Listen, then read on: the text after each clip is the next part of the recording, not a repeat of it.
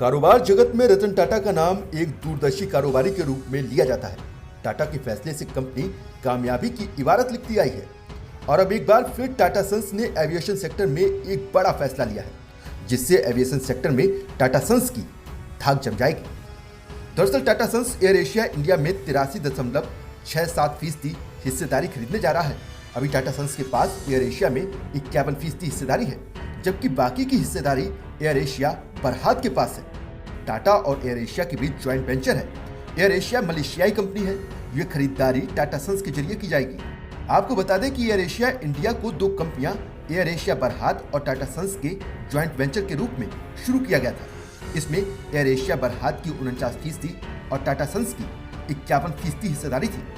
लेकिन अब नई डील के बाद एयर एशिया बरहात के पास इस कंपनी में केवल 16.33% की हिस्सेदारी होगी। टाटा ग्रुप पहले से ही विस्तारा के साथ ज्वाइंट वेंचर में है। दूसरी ओर वो सरकारी कंपनी एयर इंडिया को भी खरीदने की योजना बना रहा है। टाटा ग्रुप ने इसके लिए बिड किया है।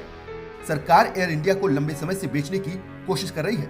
टाटा का एयर इंडिया के साथ एक भावनात्मक लगाव भी है, क्योंकि एयर इंडिया की शुरुआत टाटा ग्रुप ने ही की थी। टाटा ग्रुप एयर एशिया में हिस्सेदारी बढ़ाने की योजना काफी लंबे समय से बना रहा है। कोविड की वजह से एविएशन सेक्टर को काफी नुकसान पहुंचा है। यही कारण है कि एयर एशिया अपने भारतीय बिजनेस से निकलना चाहती है। जून तिमाही में इसका नुकसान 332 करोड़ रुपए का रहा है। इसने पिछले 6 सालों में भारतीय बिजनेस से कभी भी कोई मुनाफा नहीं कमाया।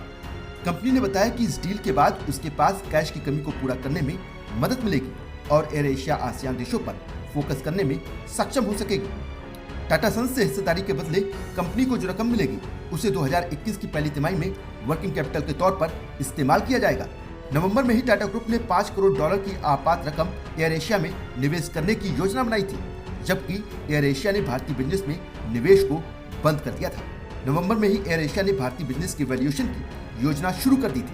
भारत में एयर एशिया ने 6 साल पहले अपनी शुरुआत की थी। इसके पास इस समय 2500 कर्मचारी हैं, जिसमें 600 पायलट हैं। इसके पास एयरबस A320 की 30 फ्लीट है। टाटा सन्स की तरफ से एयर एशिया में हिस्सेदारी की यह खरीद की खबर ठीक उसी दिन आई है, जिस दिन एयर इंडिया के लिए फिजिकल रूप में बोली सबमिट करने की डेडलाइन है। एयर इंडिया की बिक्री में एयर इंडिया एक्सप्रेस भी शामिल है, जिसे एयर एशिया की कॉम्पिटिटर माना जाता है। माना जा रहा है कि टाटा के इस फैसले के बाद रतन टाटा भारत के एविएशन सेक्टर के किंग बन जाएंगे।